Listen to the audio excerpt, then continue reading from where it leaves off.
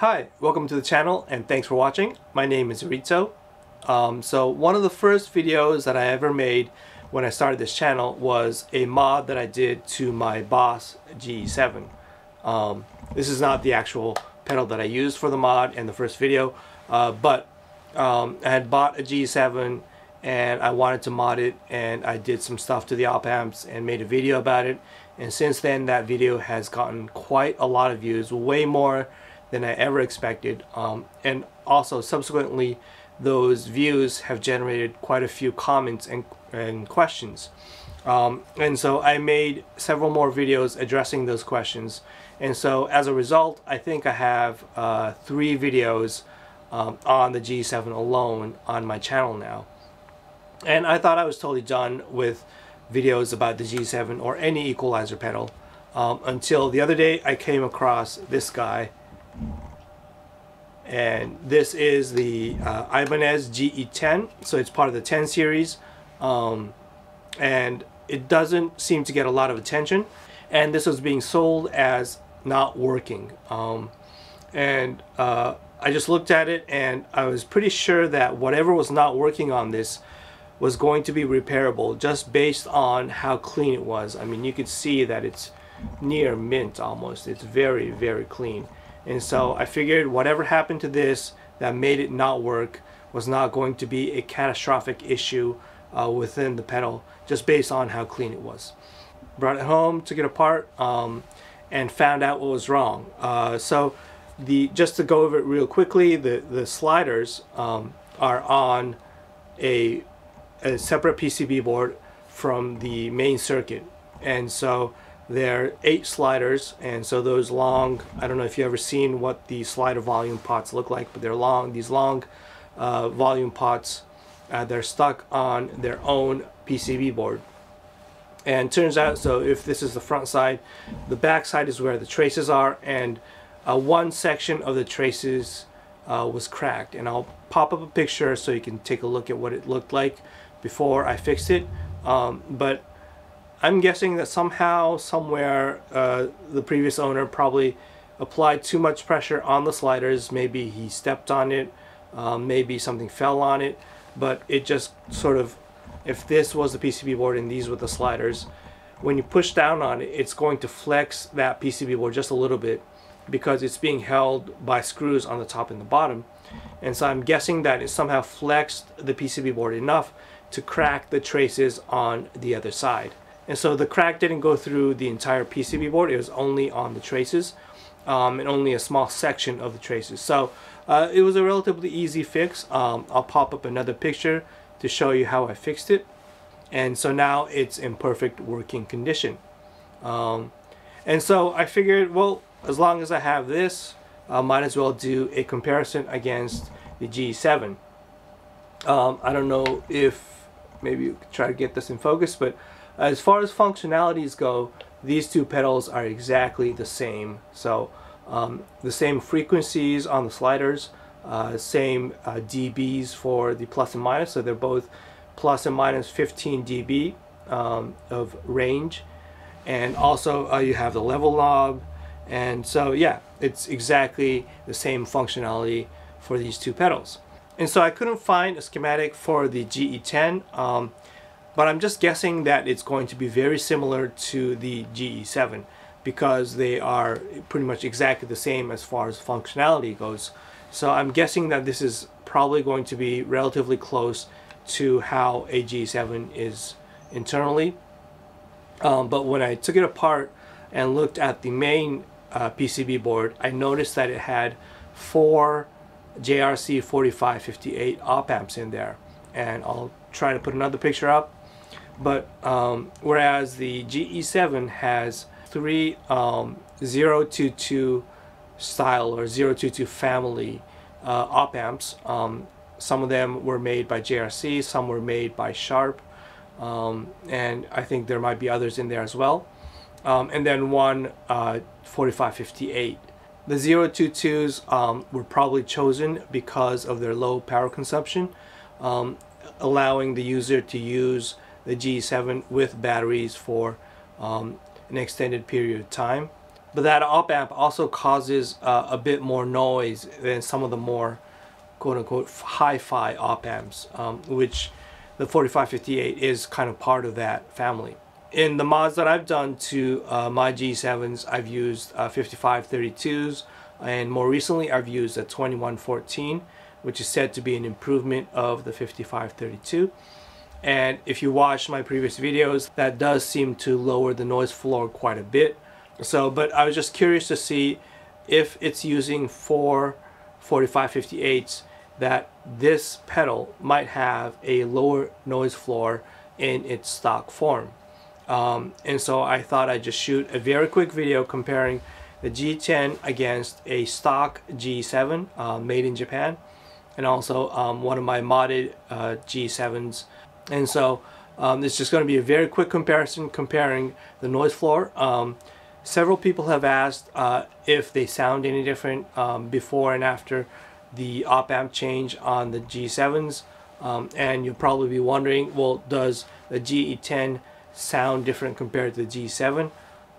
And this is just my personal opinion, but I think that it's nearly impossible to do a shootout between two different equalizer pedals, especially when they're so similar in functionality, or even two GE7s, one with the stock op amps and one with modded op amps. I think it's just nearly impossible to do a shootout comparing how it sounds tonally, because if you noticed how these things work, when the sliders are on 0, the pot isn't actually at 0, it's pretty much at noon.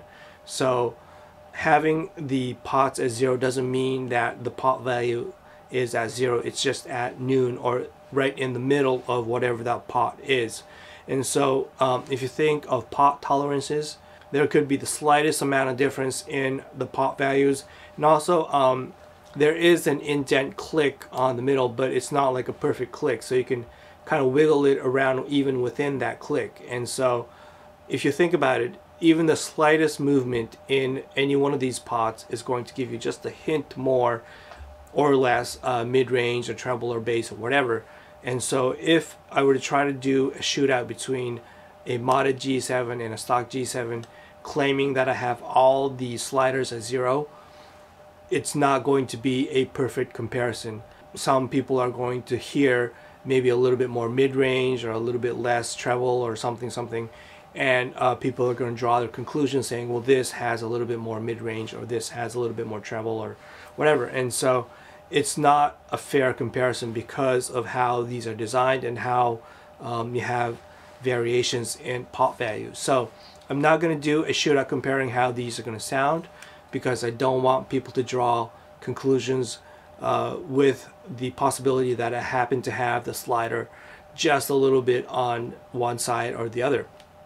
So we're only going to do a noise comparison between these two, or actually 3, and see how they compare in noise floor.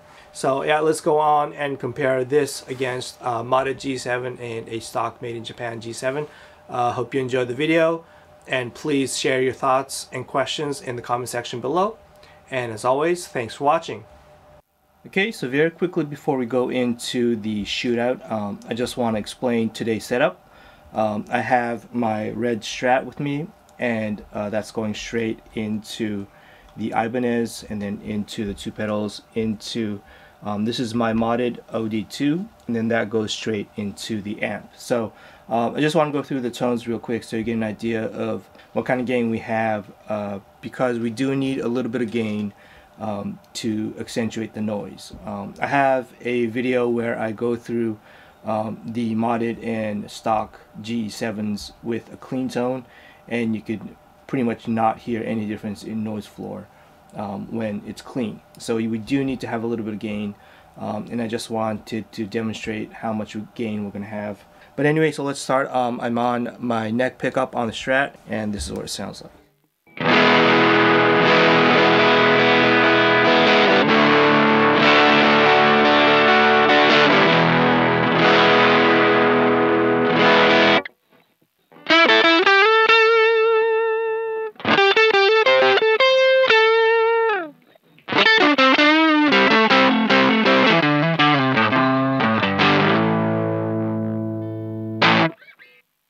Okay, so you can hear that it has plenty of gain, but it's not like a heavy distortion or a really high gain pedal. It's definitely still in overdrive, has some nice crunchy gain tones. And so for the rest of the demo, I will have the guitar plugged in, but I will turn down the volume on the Strat to 0 so that the pickups don't pick up any noise from lights in the room or whatever. And so whatever noise that we'll have will be strictly from the pedals. So I'll move the camera just a little bit so we can get up close to the 3 pedals and take it from there.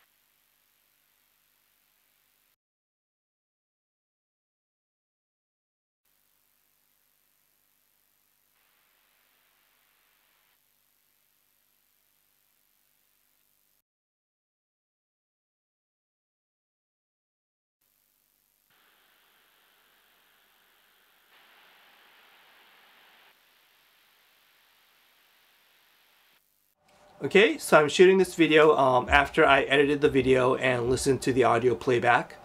And while I anticipated that the GE10 would perform pretty well because it has the 4558s in its main circuitry for the frequency sliders, I was definitely surprised by how well it performed as far as noise floor goes compared to a stock GE7. I was definitely impressed. And for the prices that you could find these on the used market, I think this pedal is still pretty much under the radar and doesn't get a whole lot of attention. This could be a great alternative to a G7 if you are dissatisfied with the noise issues that come with the stock G7. So again, I hope you enjoy the shootout, and please share your thoughts in the comment section below. I love to hear what you all think. Please like and subscribe, and as always, thanks for watching.